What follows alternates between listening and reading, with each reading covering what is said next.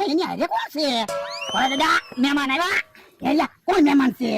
એ મારા ભાઈબંધ છે, સમન છોટલી ને રમણ રોટલી. ઠીક. દાદા કોણ છે? એ મારા શેઠ છે, 500 વીઘાના માલિક છે. ઓય રે, અમારી કરતા તો પ્રોપર્ટી હા ઓછી છે. કેમ એમ બોલે? એ બે બહુ પૈસા વાળા છે, મારા ભાઈબંધ છે. તારી પાસે તો પૈસા નથી, તો ઈ તારો ભાઈબંધ છે. હા, એવું થોડું હોય. પૈસા વાળાના ભાઈબંધ ગરીબ હોય અને ગરીબના ભાઈબંધ પૈસા વાળા હોય. આ ઈ હાસ હો તારું. ભાઈબંધ, આટલામાં કઈ સારી હોટલ હશે? હોટલ નું શું કામ છે? અમે સવારના નીકળ્યા છીએ, હજી અમારે જમવાનું બાકી છે. હે, તમે કેવી વાત કરો?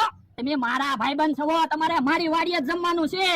અમને હોટલ સારી પડશે, તમે અમને નહીં જમાડી શકો કા? હા, તમે ઈ બળતરા ન કરો. મારા શેઠ બહુ પૈસા વાળા છે, તમારે ખાવું હું ઈ કયો કા ભલા દાદા? તો હું બોલો ને, હું ખાવું? મારે તો જમવામાં ગળ્યું જોશે. લાડવા હાલશે? હા, લાડવા ચાલશે. રમણ રોટલી તમારે શું ખાવું? તને તો ખબર જ છે ને, મારે તો રોટલી પહેલા જોઈએ, બાકી ગમે તે જમવાનું હોય ચાલે. આ ઈ હાસુ ભલા દાદા, રમણ રોટલી ન તો શાક આરે રોટલી ખાવા જોવે, લાડવા આરે રોટલી ખાય, પાણી આરે રોટલી ખાય, એટલે તો એનું નામ રમણ રોટલી છે.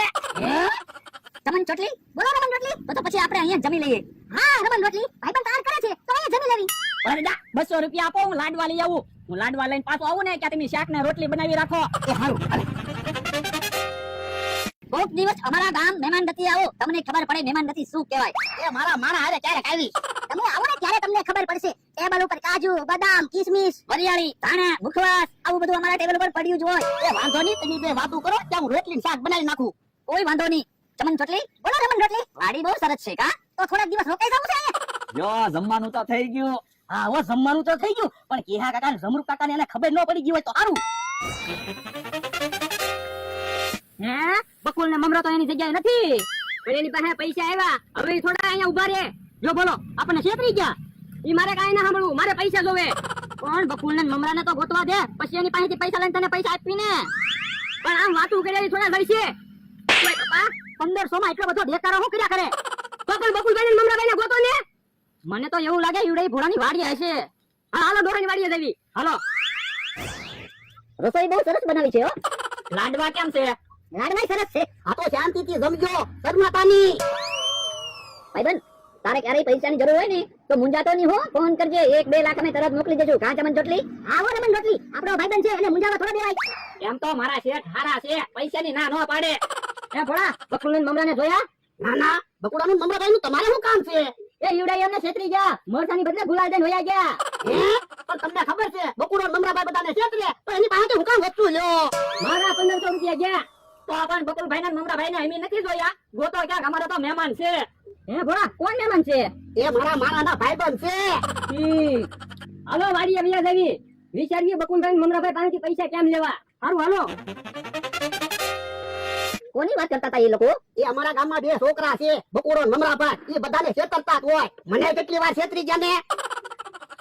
તો પણ એને અમારી પાસે મોકલી દો ને, અમે એને સુધારી દેવી. પણ એ સુધરે એમ જ નથી. બોલો લ્યો, દુનિયામાં કેવા કેવા માણસો છે કા ચમન ચોટલી? હા, ઓ રમણ રોટલી, બધાને છેતરતા જ હોય ને. તમે ઈ બળતરા હું કામ કરો? શાંતિથી આપણે જમી લ્યો ને. હા, ઈ હતું. આપણે કોકને મરશું છે એમ કઈ ગુલાલ વેચી દેવી તો આપણે થોડા કોઈને છેતરવા જવાય. હા, તો તું પૈસા ન માંગતો? પૈસા તો મારે જોવે તે. જમવાની મજા આવી ગઈ હો. ભાઈબંધ, તમારા ગામમાં કઈ એટીએમ મશીન છે? એટીએમ નું શું કામ છે? એમાં એવું છે, અમારી પાસે રોકડા રૂપિયા ખૂટી ગયા છે તો પૈસા ઉપાડવા છે.